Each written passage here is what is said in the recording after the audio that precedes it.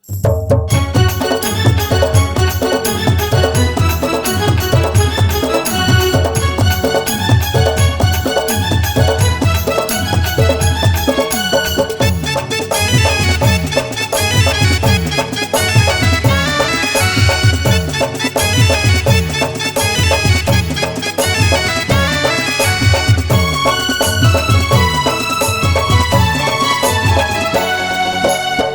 शनिवार के रानी मोर आवे ते बोरसी बाजार।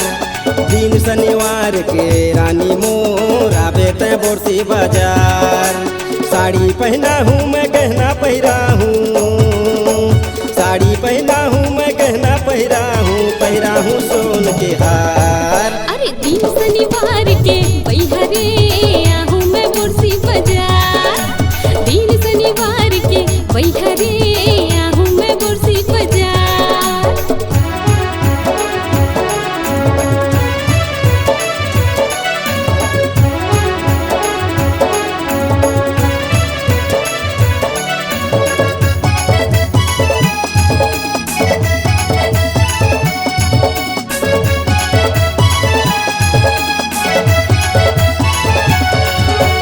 बोरसी के बाजार ममूला गुपचुप चाट खवाबेगा, गुपचुप चाट खवाबे, गुपचुप मुला खवा के गवैहा पैरी ते पहिराबेगा, पैरी ते पहिराबे।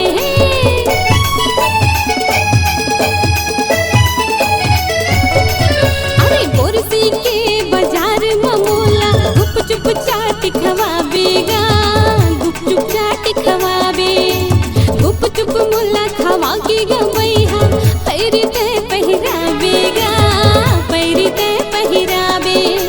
चूड़ी पहिराबे ते कंगना पहिराबे, चूड़ी पहिराबे ते कंगना पहिराबे, पहिराबे सोने के हार। दिन शनिवार के बैहरे आहूँ मैं बोरसी बाजार। दिन शनिवार के बैहरे आहूँ मैं बोरसी बाजार।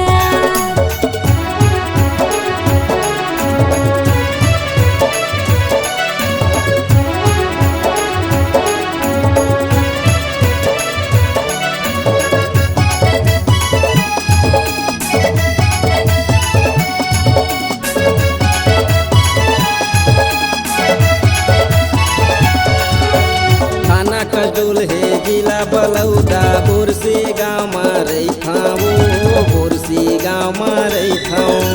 बोरसी गाँव माया के ते पूछबे नवल सपेरा मोला, वो नवल सपेरा मोला।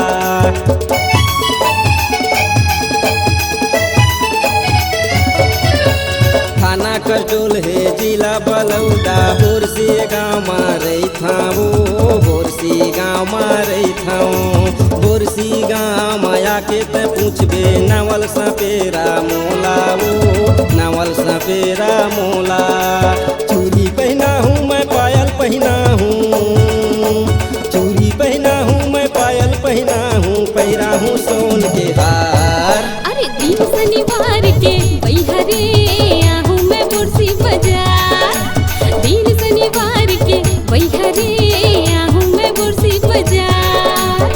चूड़ी पहिराबे ते कंगना पहिराबे, चूड़ी पहिराबे ते कंगना पहिराबे, पहिराबे सोने के हार। दिन शनिवार के रानी मोर आवे ते बोरसी बाजार। दिन शनिवार के बैहरे आहूँ मैं बोरसी बाजार। दिन शनिवार के रानी मोर